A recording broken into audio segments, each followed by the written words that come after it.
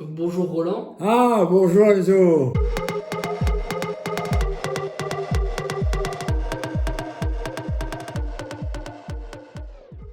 comment vas-tu? Moi, je vais bien, mais j'ai quand même mon âge, hein. Et je suis ici dans cette maison, qui a un EHPAD à Saint-Nicolas. D'accord. Est-ce que tu pourrais te présenter aux jeunes qui nous écoutent? J'ai 90 ans, donc je fais beaucoup de choses, et beaucoup de choses variées. Mais l'essentiel, c'est que je suis prêtre, et je m'intéresse à la science, et je m'intéresse encore plus aux gens. Est-ce que tu peux expliquer ton parcours ecclésiastique? Ah oui, d'accord, oui. Alors, le fait d'être prêtre, c'était important pour c'est une décision, hein. Alors, ça remonte à 18 ans. J'avais 18 ans. Je venais d'avoir mon bac. Je devais décider qu'est-ce que j'allais faire après le bac. Donc, j'ai regardé un peu et je voulais faire des études supérieures. Et des études supérieures, il y en a plusieurs. Donc, je pouvais faire pour être ingénieur, par exemple. Je pouvais faire des études pour être médecin. Mais je pouvais aussi faire des études de prêtre. C'est ce que j'ai décidé. Alors je suis rentré au grand séminaire d'Arras, qui est une maison de formation pour les futurs prêtres. Ça dure 5 ans.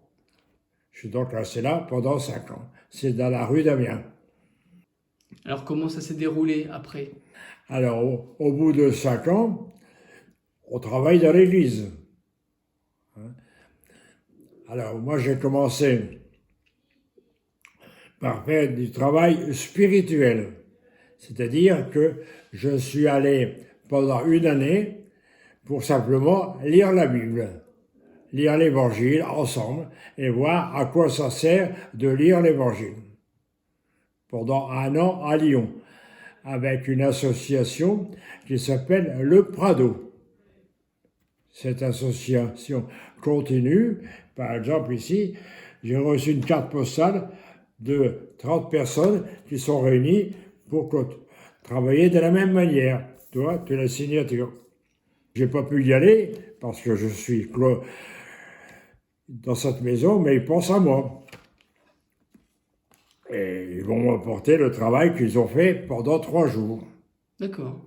Bon, donc voilà. Donc, grand séminaire 1950-1956. En 56, je vais à Lyon pendant une année. Et après ça, je suis embauché, si on veut dire, par l'évêque. D'accord. Alors, Et dès lors qu'on est embauché, qu'est-ce qu'on fait à l'église alors? alors j'ai voulu que le diocèse profite de mes compétences et des prêtres qui ont fait des sciences sont peu nombreux. On s'est mis d'accord pour aller dans les sciences. Pour aller dans les sciences, pour un évêque, c'est de me mettre comme professeur dans une école catholique. Donc je suis allé à Arras, au centre Baudimont, et je suis resté là pendant 7 ans. Le temps de connaître mieux les gens, etc.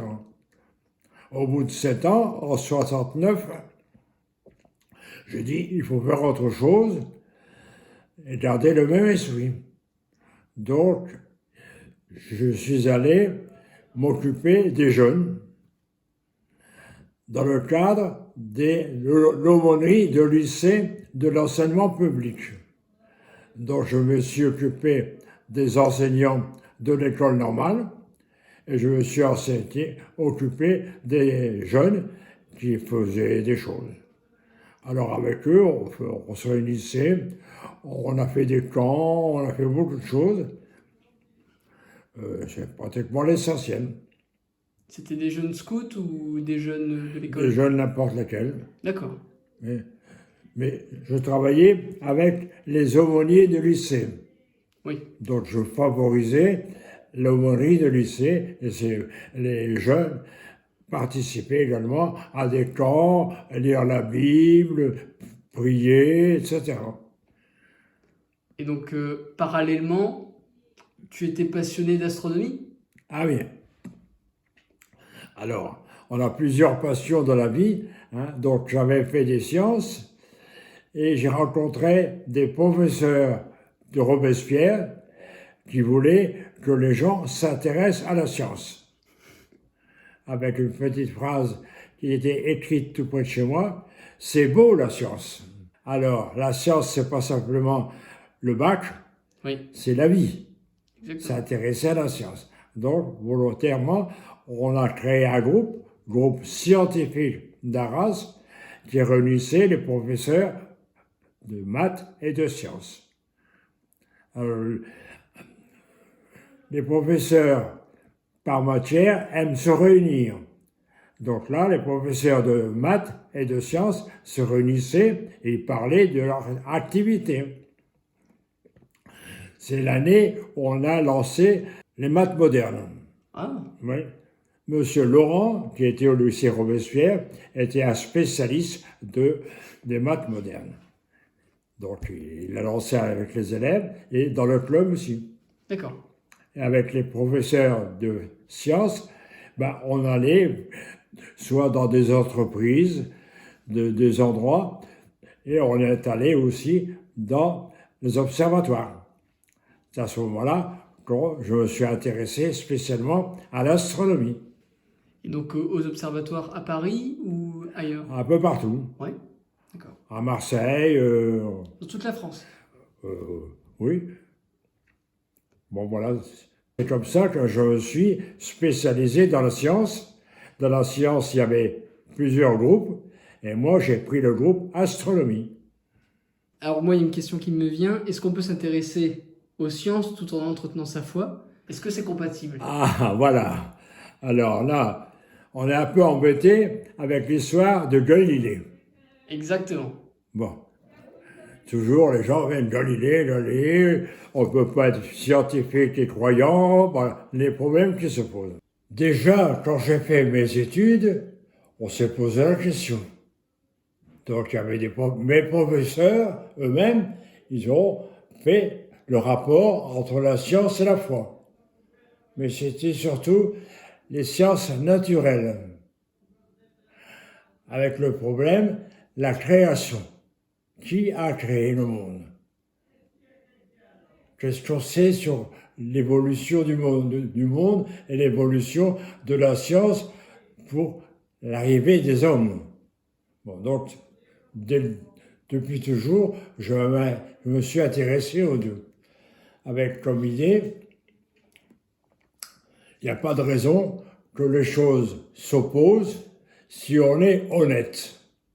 Donc il faut que les scientifiques soient honnêtes, il faut que les croyants soient honnêtes. Alors les scientifiques honnêtes, c'est-à-dire qu'ils regardent la science sans a priori. Si on prend comme a priori que ça n'a pas de sens, évidemment, on ne peut plus discuter. Donc j'ai voulu qu'on voit les sciences d'une façon honnête. Donc à ce moment-là, il n'y a pas d'opposition. Il y a des façons de voir différentes, un intérêt, une façon d'étudier les choses, mais il n'y a pas de raison que ça s'oppose, elles sont complémentaires.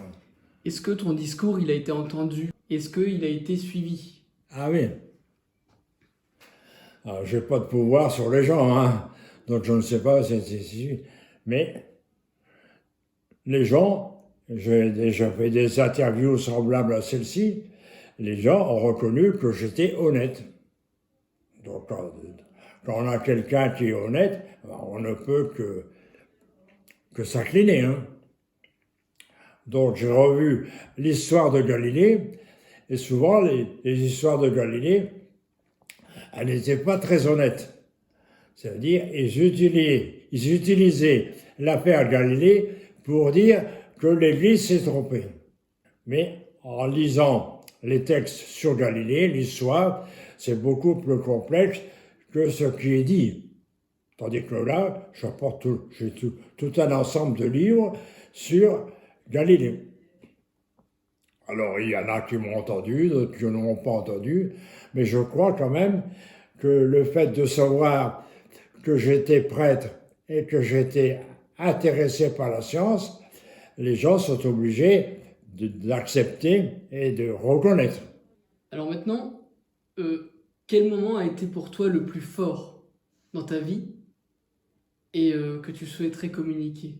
Un moment marquant. Ah oui. Bah, le moment marquant, c'est celui que j'ai eu à 18 ans, le jour où j'ai décidé d'être prêtre. Et pour toi, ça a Et- changé tout ton Bah oui, parcours. si on décide une chose, on est fidèle à cette chose, et elle a été décidée à ce moment-là, et après ça, tout le reste, ça les suivi. Bon, mais il reste quand même que c'est compliqué, et il faut étudier, il faut étudier. Et tu te prédestinais à être prêtre ou ça a été quelque chose qui t'a apparu sur le tard? Alors, j'ai décidé ce jour-là, à 18 ans, que je rentrais au séminaire. Donc, c'est logique, quoi. Et j'ai jamais remis en cause cette décision. Je suis assez logique et assez fidèle. Donc, il n'y a pas de raison que je change, hein. Mais j'ai eu beaucoup d'activités différentes. Donc, la première étant l'enseignement des sciences. Après ça, le fait de s'occuper des jeunes. Et s'occuper des jeunes, c'est varié. Ça veut dire que je faisais par exemple des camps dans les Vosges pour former les jeunes à s'occuper des plus jeunes. Bon, alors aller dans les Vosges, c'était à la fois agréable et formateur. Après ça, on a fait ce qu'on appelait un livre qui s'appelait Le soleil ne meurt pas.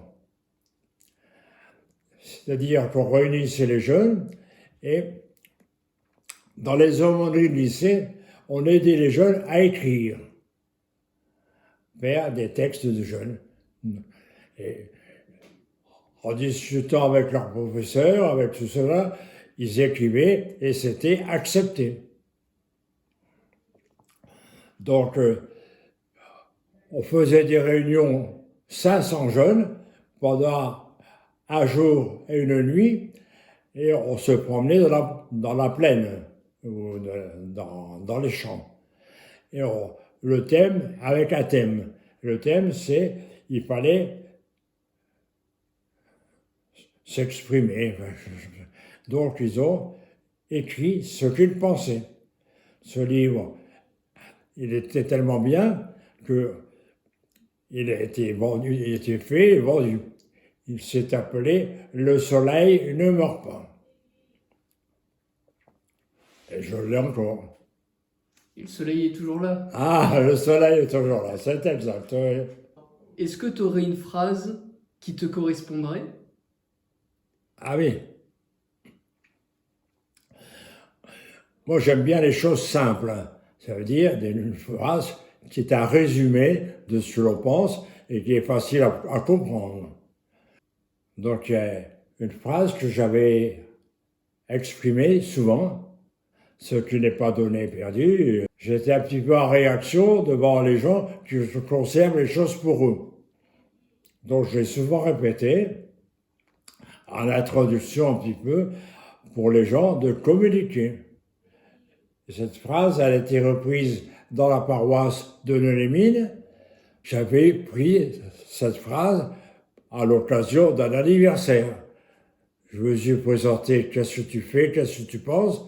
J'ai dit, ce qui n'est pas donné est perdu. Chacun d'entre vous doit donner quelque chose.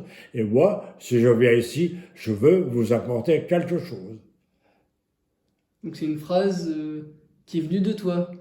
Elle vient de moi, mais je l'ai peut-être vue quelque part. Ah, Mais c'est moi, je le prends à mon compte. c'est une phrase qui t'a été donnée alors. C'est vrai. Elle m'a été donnée, elle n'est pas perdue, hein.